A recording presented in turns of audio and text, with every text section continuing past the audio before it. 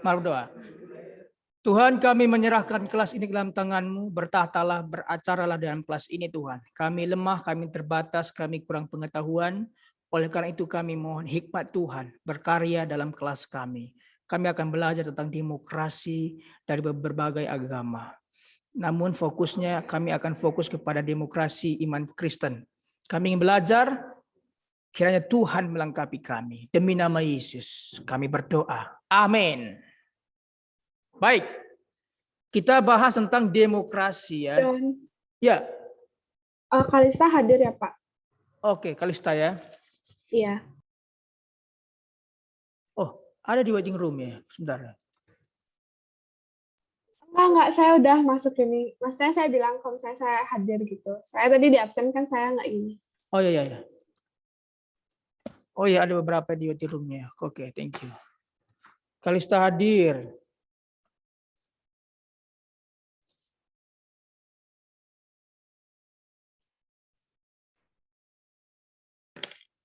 Ketut hadir ya. Amanda. Oke, nanti terakhir saya panggil lagi ya. Sekarang kita mau masuk materi.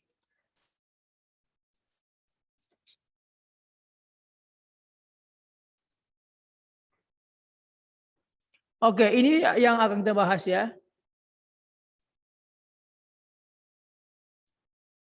Ini dia. Demokrasi menurut agama-agama, konsep dasar demokrasi Kristen, menurut Georgi Plasto, demokrasi Islam, Buddha, Hindu, kesimpulan. Ini yang kita bahas. Unik ya gambarnya. Oke, kita mulai saja. Apa yang kita pelajari hari ini? Kita mulai sedikit kupas ya, sedikit aja pendahuluannya. Konsep demokrasi iman Kristen. Konsep dasarnya adalah ini dia, dari Kejadian 1 ayat 22. Ini adalah konsepnya atau ini merupakan fondasinya. Yaitu, maka Allah menciptakan manusia itu menurut gambarnya Allah. Menurut gambar Allah diciptakannya dia, laki-laki dan perempuan. Diciptakannya mereka. Itulah konsep demokrasi. Jadinya setara, tidak ada di sana timpang tindih atau mereka itu seimbang. Kesamaan dalam artian kesetaraan. Jadi demokrasi itu tidak memandang laki-laki perempuan beda dan sebagainya. Itu namanya nanti merendahkan derajat perempuan. Demokrasi bukan demikian, sama di mata hukum. Oke ya, ini dasar kita.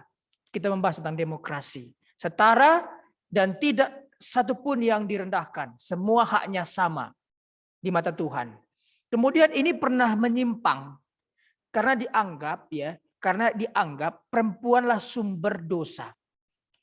Artinya perempuan inilah sumber yang pertama masuknya dosa kepada manusia karena dia melanggar perintah Tuhan. Sehingga itu cikal bakal derajat perempuan direndahkan. Itu makanya di Israel dan di Mesir ya, di bagian Arab juga ya. Derajat perempuan di bawah daripada laki-laki. Dikatakan bahwasanya untuk menerima saksi yang sah dari perempuan, maka perempuan itu harus 2 orang. 2 orang banding 1. Laki-laki 1 saksi saja sudah cukup. Kalau perempuan jadi 1 saksi saja nggak bisa. Harus 2 saksi. Baru valid kesaksiannya.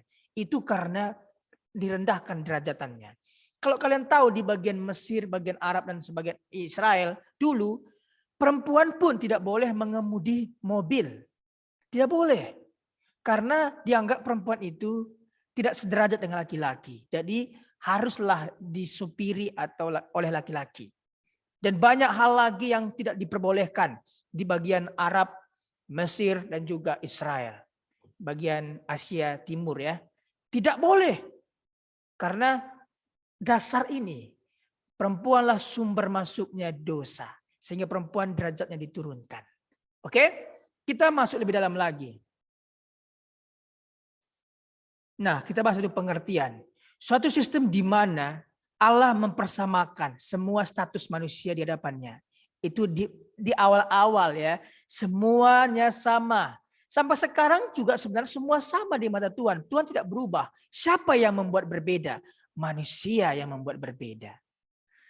Jadi anggap bahwasanya laki-laki itu bolehlah memiliki 3 istri dan sebagainya. Wow. Nah, saya mau katakan Tuhan memberikan laki-laki dan perempuan 1 dan 1. Tidak 1 dan 2, tidak 1 dan 1. Itu penetapan Tuhan, itulah demokrasi. Bagaimana laki-laki bisa membuat demokrasi dalam keluarganya apabila dia memiliki 3 istri? Nihil, tidak mungkin bisa menciptakan demokrasi. Tidak mungkin menciptakan persamaan yang sama statusnya. Pasti istri muda akan disayangi, istri tua mulai kurang disayangi dan sebagainya.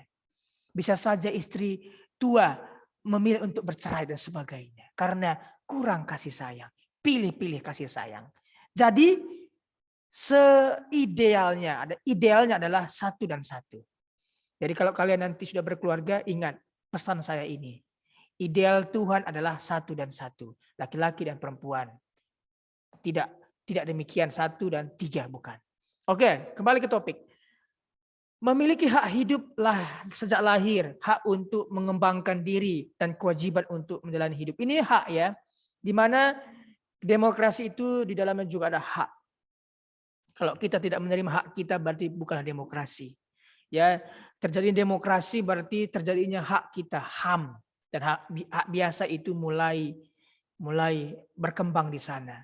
Tanpa demokrasi misalkan monarki, oligarki, aristokrasi, apapun itu ya, itu membuat hak kita terbatasi.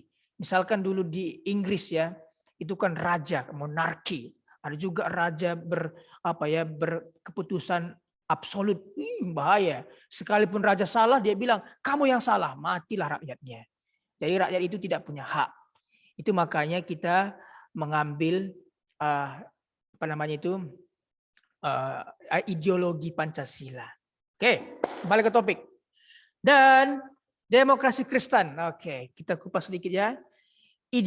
Ideologi politik yang bertujuan untuk menerapkan prinsip-prinsip agama ke dalam kebijakan publik. Jadi demokrasi Kristen itu ideologinya itu diambil dari prinsip-prinsip agama Kristen. Ya, jadi saya sering katakan prinsip atau demokrasi Kristen itu motivasinya adalah kasih, lalu kemudian tujuannya adalah keadilan. Semuanya itu keadilan tujuannya. Jadi anak-anak, kita ingat sampai kapanpun demokrasi iman Kristen itu motivasinya kasih, apapun yang dilakukan motivasinya kasih, bukan barang, bukan uang, bukan materi, bukan lain-lain, tapi kasih yang menjadi motivasinya. Prinsip-prinsipnya itu iman Kristen. Ya, oke? Jadi kalau ada misalkan umat Kristen yang ada di pemerintahan kemudian korupsi, itu dipertanyakan iman Kristennya sebenarnya. Seharusnya dia harus menegakkan keadilan, bukan mengkorupsi, bukan mengambil uang rakyat dan menjadi miliknya sendiri. Itu benci di mata Tuhan. Oke, munculnya pada awal abad ke-19 di Eropa dan Amerika Latin. Itu munculnya ya. Tetapi sebenarnya di Alkitab sudah lama ya ada ya tentang demokrasi. Ingat, sebenarnya pada awalnya dalam Alkitab jelas bahwasanya Tuhan di Alkitab itu bukan demokrasi, tetapi teokrasi. Itu di Alkitab. Pemerintahan oleh Tuhan. Jadi Tuhan yang menetapkan. Kapan terjadi demokrasi? Ketika rakyat ingin memiliki pemerintahan sendiri. Rakyat pada saat itu ingin memiliki pemerintahan sendiri. Sebelum pemerintahan itu kan ada hakim-hakim. Hakimlah yang menentukan. Kemudian setelah hakim-hakim selesai, masuklah raja. Itu makanya oleh rakyat mereka minta kepada Tuhan, Tuhan kami ingin punya raja seperti negeri-negeri yang lain punya raja. Akhirnya oleh rakyat menuntut kepada Tuhan. Kami butuh raja. Akhirnya adalah imam datang. Seorang imam yaitu Imam Samuel. Dia yang membaptiskan Raja Saul menjadi Raja Israel yang pertama. Apakah menjadi baik? Tidak demikian. Saul pun mulai melakukan hal yang jahat di mata Tuhan. Oke ya, itu awal cikal bakal demokrasi di Alkitab. Tetapi ingat, Alkitab tetap teokrasi. Lihat setelah demokrasi yang dilakukan Alkitab, apa yang terjadi? Kehancuran terjadi. Sampai hari ini juga ya. Tetapi saya percaya semua masyarakat atau orang Yerusalem, orang Israel akan dikembalikan jadi satu. Seperti janji Tuhan. Oke, prakteknya negara telah mencair dengan gerakan sekularitas. Ya, sekularitas. Akhirnya apa ya? Teokrasi, demokrasi, kemudian di Amerika Latin itu kan berbeda-beda ya. Ada demokrasi terpimpin, demokrasi liberal, demokrasi begini macam sekali. Tetapi kita untung memiliki demokrasi Pancasila. Arahnya fokus ke Pancasila. Baik. Kita mau paham dulu apa menurut beliau ini. George Plastos. Ada hubungan iman Kristen dengan demokrasi. Apa hubungannya? Hubungannya adalah demokrasi bermakna kasih menjadi motivasi, keadilan menjadi tujuan. Ini dia. Sekali lagi saya ingatkan. Inilah yang menjadi demokrasi iman Kristen. Tradisi Kristen apa? Setiap manusia memiliki martabat menjadi pelaku moral yang bebas. Keputusan dan tindakan pribadi. Jadi kita punya punya janji moral semua. Janji moral kita kepada Tuhan. Bahwasanya kita akan berlaku moral yang baik. Ingat ya, kalian punya utang moral sebenarnya. Tuhan sudah mengampuni kesalahan kita dan kita berutang budi moral itu. Jadi kebaikan Tuhan menular ke kita dan kita harus menularkan utang moral kepada sesama. Jadi sebaiknya dan seharusnya kita itu baik kepada semua orang. Karena kita punya utang moral kepada Tuhan. Sebenarnya kita nggak bisa membalas utang moral yang Tuhan berikan kepada kita. Nggak bisa. Jadi dengan kasih Tuhan memberikan itu, kita juga dengan kasih membalasnya. Dengan cara apa? Bukan kepada dia, tapi kepada sesama kita. Itu ya. Jadi pertolongan yang sejati itu bukan menolong kembali orang yang menolong kita, bukan. Pertolongan yang sejati itu adalah menolong orang yang membutuhkan. Kita menjadi penolong juga. Orang yang menolong kita menolong balik, itu bukan pertolongan sejati, itu mah biasa. Tetapi kalau kita ditolong oleh orang, kita semakin menolong orang lain. Bahkan lebih menolong orang lain. Itu pertolongan sejati. Berarti pertolongan orang itu menular ke kita, kita pun menjadi penolong. Itulah utang moral kita ya.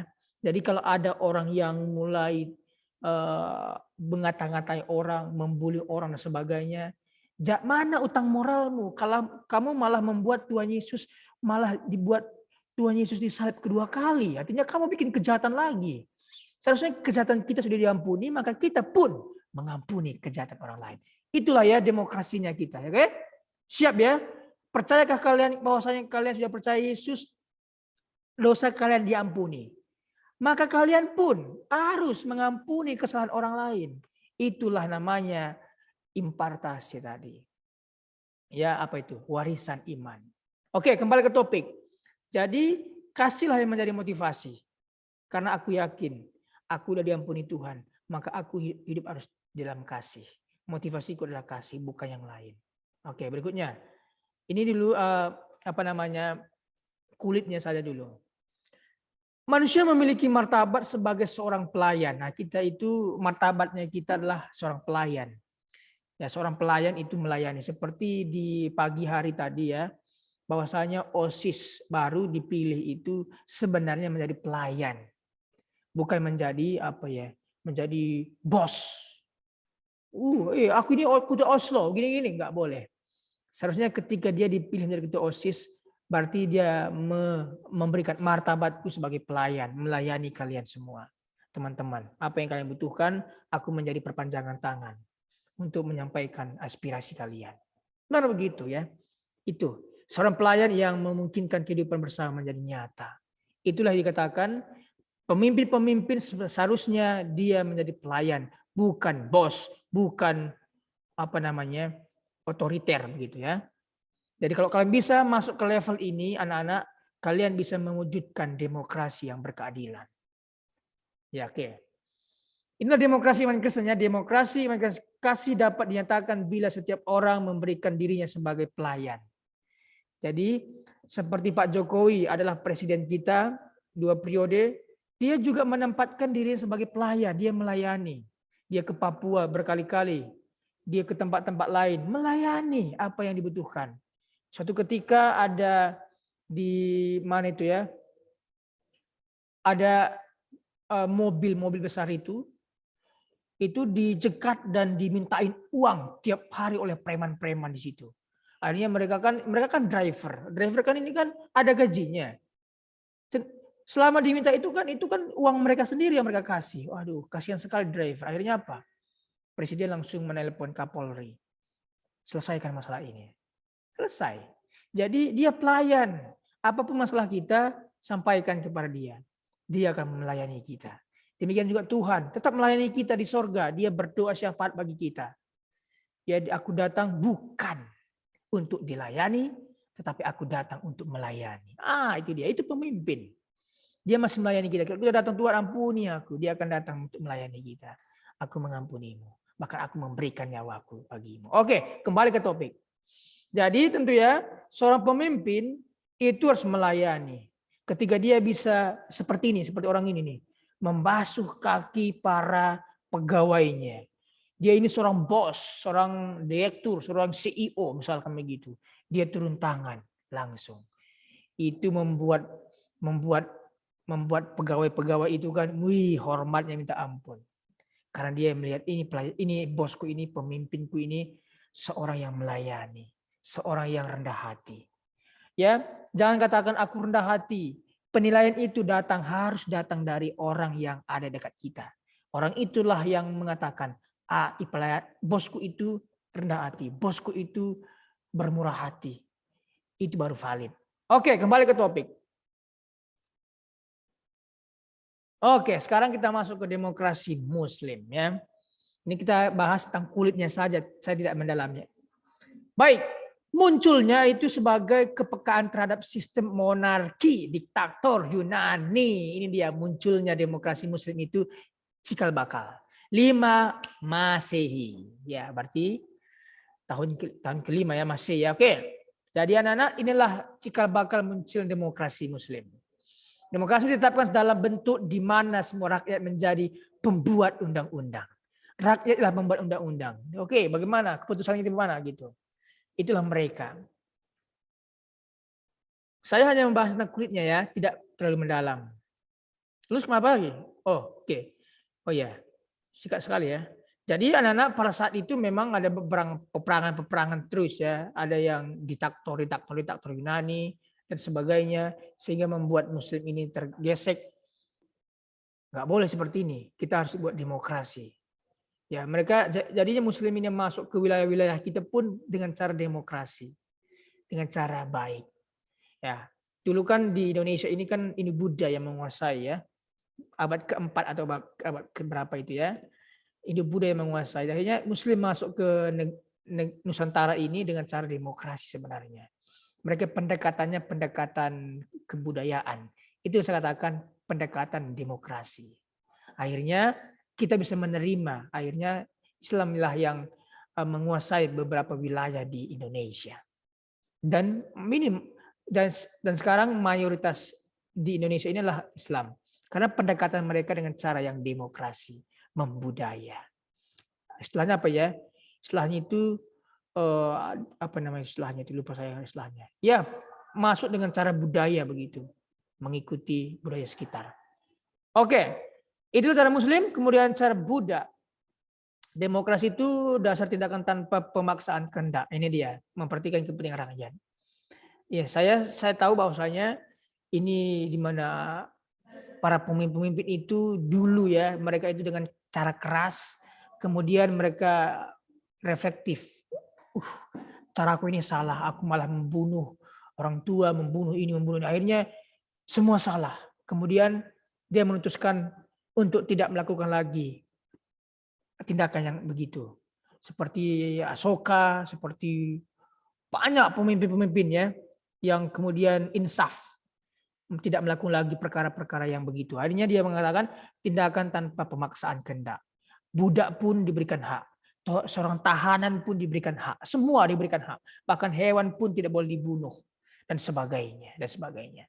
Nah, itulah mulai cikal bakal terjadi demokrasi Buddha. Dia melihat kekerasan yang demikian akan merusak.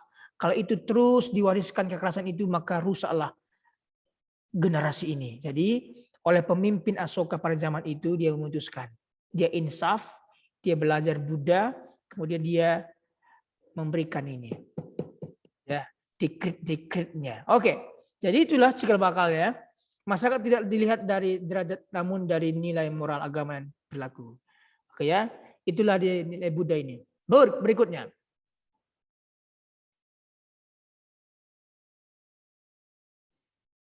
Oke, ini dia nilai-nilai cinta kasih tanpa membedakan apapun, selalu mengharapkan kesejahteraan dan kebahagiaan semua makhluk. Cantik sekali, meta, apa namanya meta ya, cinta kasih. Jadi mereka ini cinta kasih, itulah demokrasinya. Karena demokrasi itulah yang menciptakan meta, cinta kasih tanpa membedakan apapun. Saya salut sekali dengan nilai-nilainya. Nilai keduanya ini, coba ya, nilai keduanya ada 4 ya. Mudita, simpati, merasa bahagia melihat orang lain bahagia. Ini dia demokrasi. Demokrasi itu, ya kita bahagia melihat orang bahagia, kita sedih melihat orang sedih. Itu demokrasi. Kalau kita sukses, jangan membuat orang lain kita menghalang-halangi orang lain tidak sukses.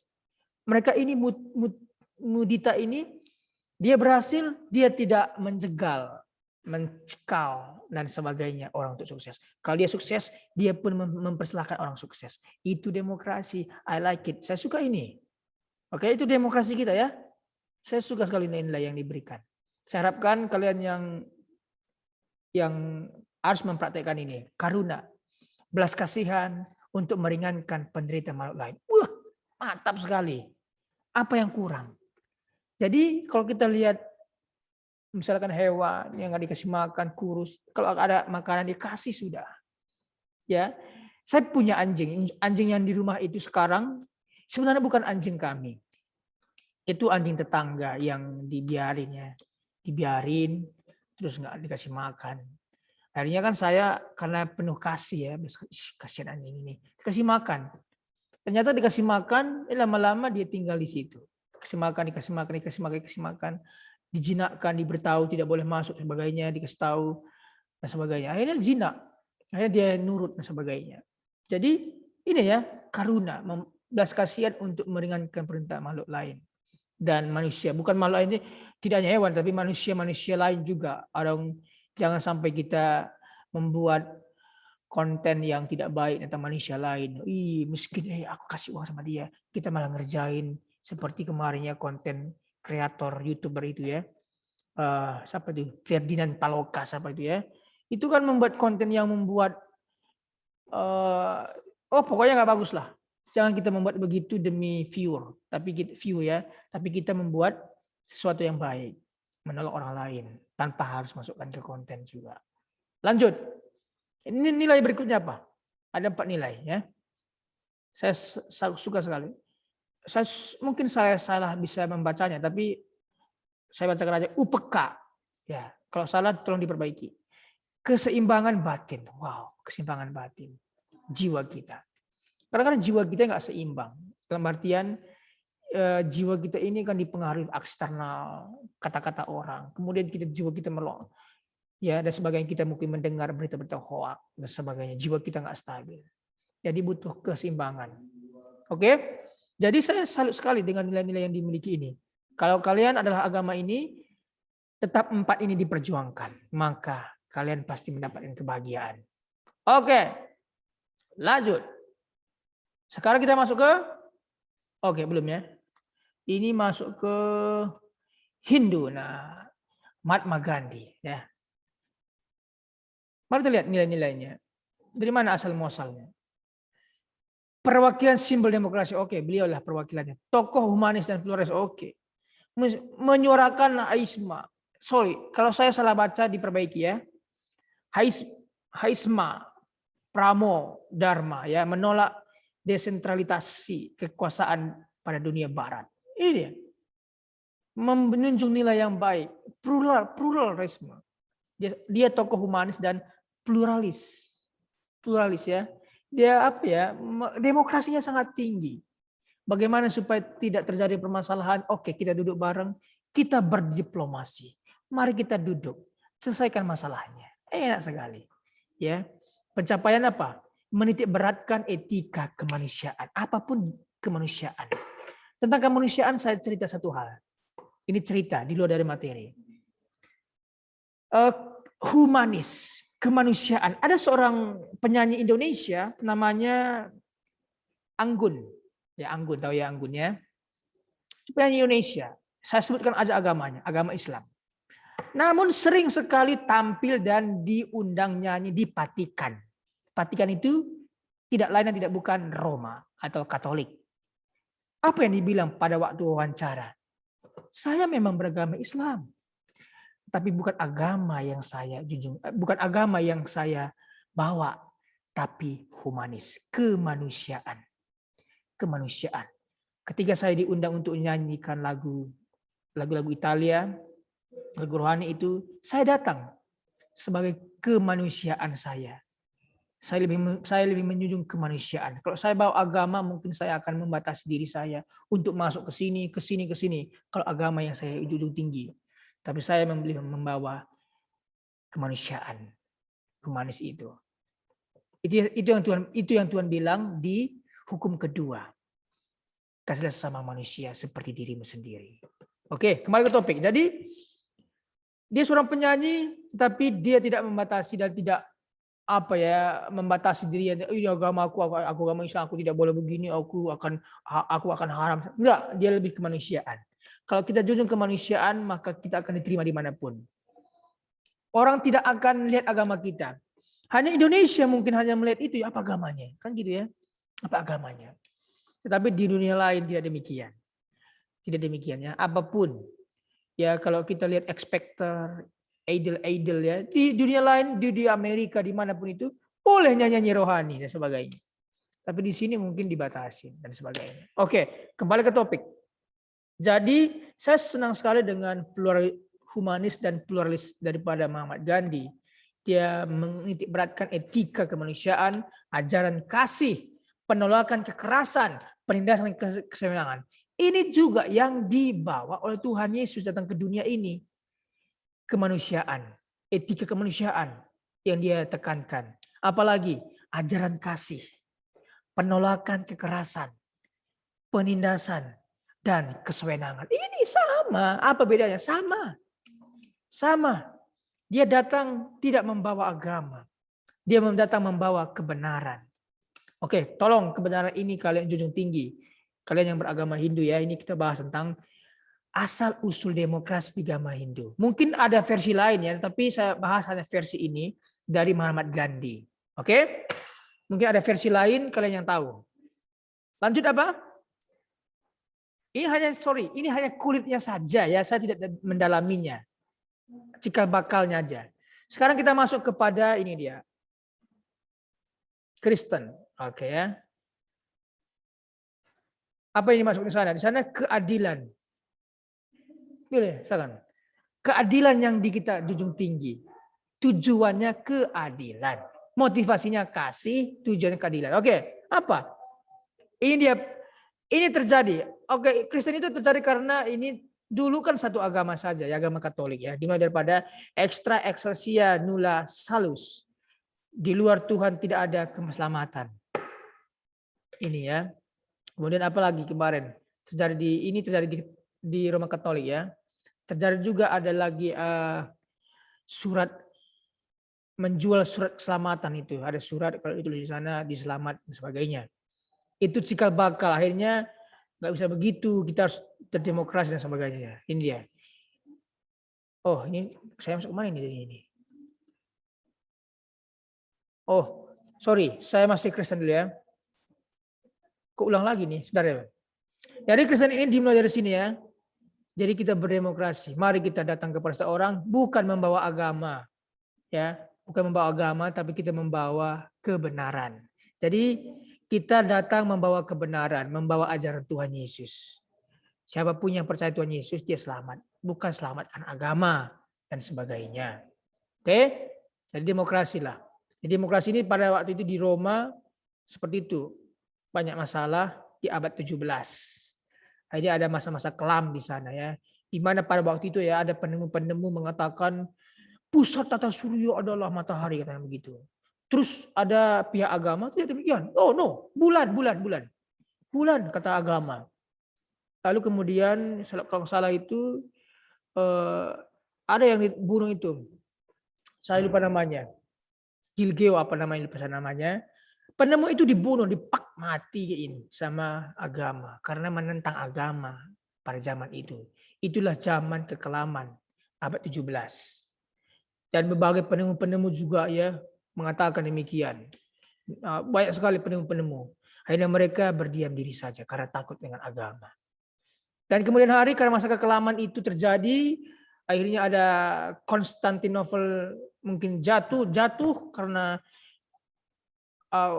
Turki dan sebagainya menyerang, akhirnya terbukalah semua penemu-penemu itu. Mereka melakukan penjelajahan melalui jalur samudra dan sebagainya. Kalian tahu itu ya di IPS itu ya, tahu pasti ya, belajar sejarah ya. Dan itulah masa kelam itu. Akhirnya mereka berdemokrasi. Akhirnya masuklah beberapa ke negara Indonesia, beberapa negara lain dengan cara berdemokrasi, dengan cara berdiplomasi. Oke, pada akhirnya mereka masuk kepada jalur agama juga. 3G, gold, glory, dan gospel. Ya, itulah. Oke, next. Masuk kepada Islam. Ya, Islam. Tadi kan sekilas tadi ya, sorry. Saya tadi ini dia. Islam adalah rahmat bagi alam semesta. Jadi rahmatin ila alamin ya. Dia itu agama yang rahmat, agama yang penuh cinta, penuh kasih.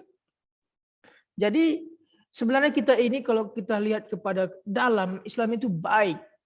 Kristen, Hindu, Buddha, baik semua. Agama itu mengajarkan moral yang baik. Tidak ada agama yang mengajarkan hal-hal yang tidak baik sebenarnya ya. Kalau kita menitik beratkan kepada moral.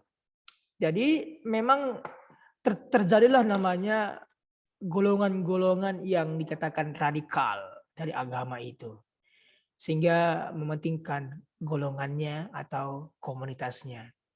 Oh, golongan kita begini-begini. Akhirnya golongan itulah memecahkan nama agamanya mereka sendiri. Jadi boleh kita radikal dengan iman, tapi ingat kepada masyarakat plural kita harus berdemokrasi. Oke, lanjut ya. Tokoh pluralisme Indonesia siapa ya? Siapa tahu tokoh pluralisme Indonesia? Ada yang tahu anak-anak?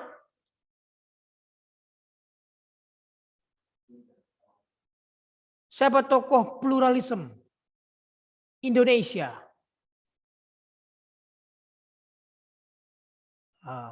Ada yang tahu nih. Justin, siapa? Justin tahu tokoh pluralisme, plural, tokoh pluralisme Indonesia. Ada yang tahu? Wah, ada yang tahu ya. Namanya Gus Dur, presiden ke-4 ya. Ya, dulu kan Tionghoa ini sulit untuk merayakan hari-hari besarnya. Oleh Gus Dur, dia oleh Gus Dur dibuatlah hari besar, hari libur, bukan hari libur sih, seperti Imlek itu ya, dari hari libur nasional, hari perayaan nasional begitu. Siapa yang buat itu? Gus Dur. Gus Dur itu tokoh pluralisme. Kalau di Hindu itu ya seperti Muhammad Gandhi lah gitu ya. Dia itu tokoh plural ya. Jadi dia sangat melihat ke depan. Bahwasanya Nusantara ini kan berbeda-beda, jadi kita haruslah saling menghargai. Itu namanya dia itu masuk kepada NU ya. Oke, kembali ke topik. Oke. Hindu, apa sih Hindu ini? Oke. Aismo Parmo Dharma yang tadi di awal atas tadi ya, ada 4 ya. Jadi inilah yang mereka perjuangkan. Semua ajaran agama baik, secara demokrasinya bagus. Tapi kadang-kala kan yang merusak itu kan yang radikal-radikal itu ya. Apalagi Buddha ini. Buddha 4 ya, saya salah 4 ini. Karena hafal ini 4. Meta, karuna, mutida, dan upeka. Wah, bagus sekali nilai-nilainya. Ada 4 sifat Brahma Vihara. Oke? Kita perjuangkan. Nah, oke, itu aja yang saya bisa sampaikan dalam sesi kali ini tentang demokrasi agama-agama. Jadi hanya kulitnya saja untuk lebih dalami, kalianlah mendalaminya. Saya hanya membahas kulitnya, lalu kemudian itulah para tokoh-tokoh agama memperjuangkan demokrasi di bagian masing-masing. Bagaimana Islam, Kristen, Hindu, Buddha. 4 agama yang kita bahas ya. Jadi anak-anak, apapun agama kalian, tetap perjuangkan demokrasi. Kita itu di Indonesia, negara yang plural, negara yang multikultur. Jadi jangan sampai kita tidak bisa menerima pihak lain masuk ke kita. Oke? Jadi kita harus, Mr. John ini bisa bilang pluralism. Ya, saya punya iman, ya saya harus radikal dengan iman saya. Tapi tidak boleh saya paksakan kepada orang lain. Dan tidak boleh saya ketika saya masuk ke tempat lain, saya ini Kristen, nggak boleh masuk, nggak bisa. Saya tetap beriman, saya masuk sana, oke, masuk. Kadang-kala kita ini apa ya? Sorry, saya cerita ini tentang di luar materi. Kadang-kala kita ini sangat-sangat membatasi diri untuk bisa masuk ke rumah ibadah ini, masuk ke rumah ibadah ini, itu haram. Siapa yang membuat haram? Manusia. Tuhan tidak pernah membuat haram. Tuhan menciptakan semuanya. Dari ciptaan Tuhan itu ada nggak haram? Ciptaan Tuhan tidak ada satupun yang haram. Dengar baik-baik ini. Tidak ada. Oke, saya ambil kasus dulu ya. Kasus ini ada di Israel. Pada waktu itu memang Israel menetapkan ada makanan yang haram, ada makanan yang halal. Yang tidak boleh dimakan haram-haram itu ya. Itu perjanjian lama jelas mengatakan ada hewan-hewan yang disebutkan nama hewannya pun berkuku belah, tidak bersisik, itu disebutkan semua, tidak boleh dimakan. Tetapi progresif rencana Tuhan progresif ya, artinya berkembang. Suatu ketika Petrus ini lapar sekali, lapar. Dia mau pelayanan tapi lapar. Lalu datanglah mimpi kepadanya. Mimpinya datang dari Tuhan. Bermimpilah Petrus. Karena lapar mimpinya makan. Lapar kan, kebiasaan gitu. Kalau kita rindu seseorang, kan mimpi kita kan orang itu. Kan gitu ya. Inilah Petrus nih. Lapar, mimpinya makan. Datanglah makanan Tuhan. Keluarlah makanan-makanan yang haram itu. Tuhan. Aduh, mungkin dia berdialog dalam mimpi. Gak mungkin Tuhan aku memakan makanan yang haram ini. Ya, tidak pernah aku diajarkan orang tuaku. Nenek leluhurku tidak pernah memberikan makanan demikian. Gak mungkin. Enggak Tuhan. Lalu hilang mimpi itu. Datang lagi mimpi itu kedua kali. Gak mungkin Tuhan, ini haram bagiku. Najis. Gak boleh. Lalu Tuhan berkata, Petrus. Saya lupa bahasanya, tapi saya bahasakan aja. Apapun yang saya berikan itu halal. Tidak ada yang haram. Jadi bolehlah kau makan makanan ini. Saat itu ya di Petrus, di mana itu saya lupa, di Kisah Rasul ya. Itu dikatakan Tuhan, semua yang dari Tuhan tidak ada yang haram. Terus semua makanan boleh halal dong. Ada yang haram. Apa itu? Yang keluar dari mulutmu itulah yang haram. Apa itu? Kata-kata pendusta, kata-kata bohong, kata-kata dusta, kata-kata penipu, kata-kata dosa. Itu yang haram. Jadi apa kata Tuhan? Semua yang masuk ke mulut itu haram. Itu halal. Semua yang masuk ke mulut, yang kau makan makanan itu halal. Asalkan kau berdoa, ucapkan syukur kepada Tuhan. Tuhan sudah berdemokrasi kepada kita. Siapa bilang haram? Siapa? Nenek moyangku Tuhan. Aku bilang haram, halal. Boleh kau makan. Oh Tuhan. Halal Petrus, gitu ya. Ini kata-kata saya. Saya menggunakan bahasa saya sendiri. Nanti kalian baca di Alkitab. Kemudian mulai hari itu Petrus terbuka. Oh iya, apa yang Tuhan berikan itu halal. Yang keluar inilah yang berbahaya. yang bisa menajiskan orang, yang bisa membuat orang jatuh, yang bisa membuat orang tersesat, yang bisa membuat orang tertipu, dan sebagainya.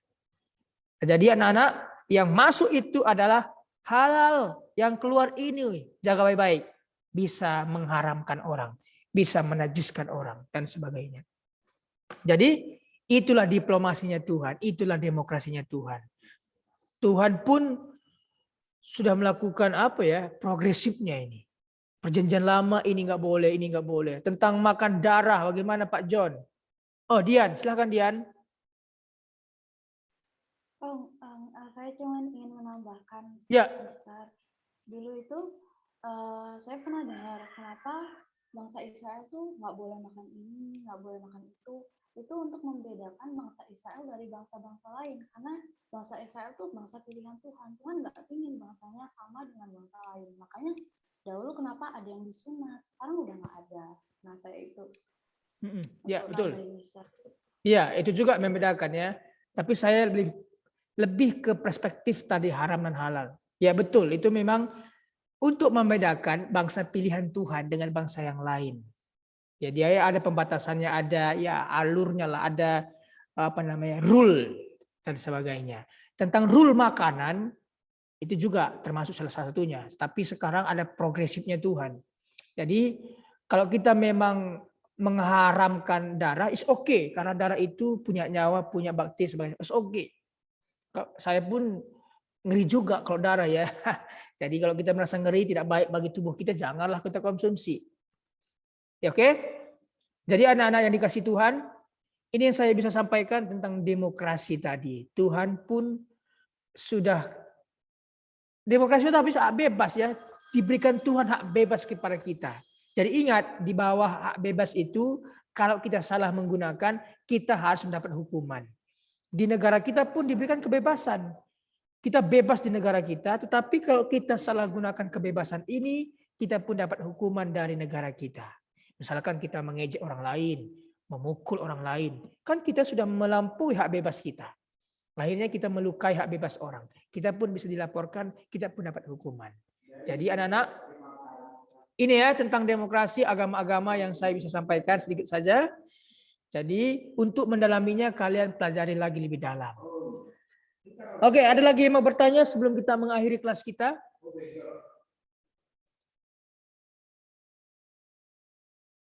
Halo?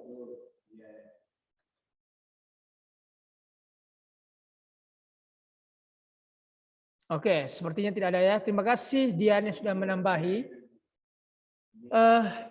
Ada yang mau bertanya?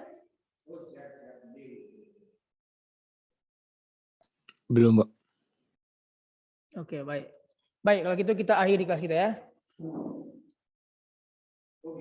Mari kita berdoa. Mari buka kamera semua anak-anak. Kita akhiri kelas kita.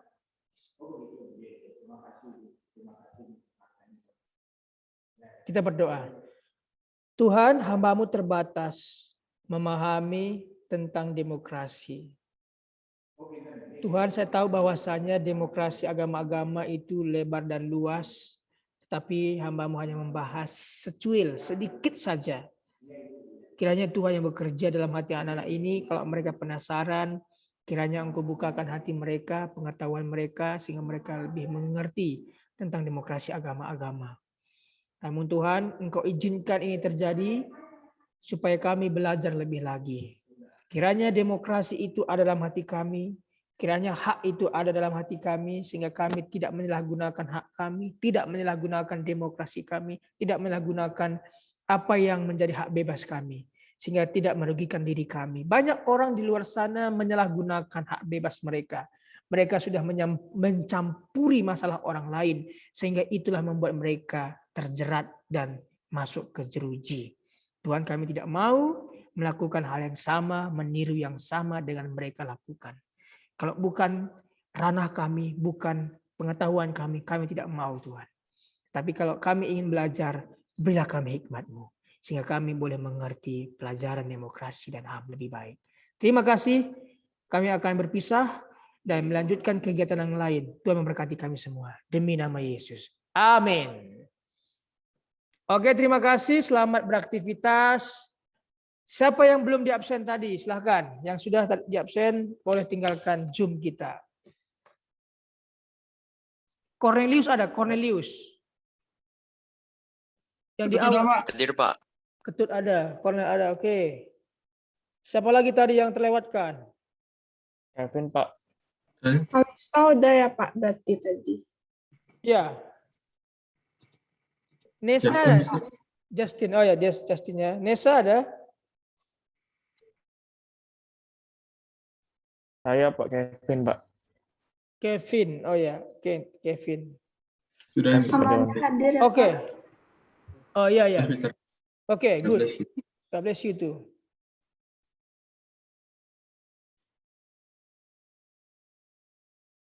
Tuhan memberkati semua. God bless you.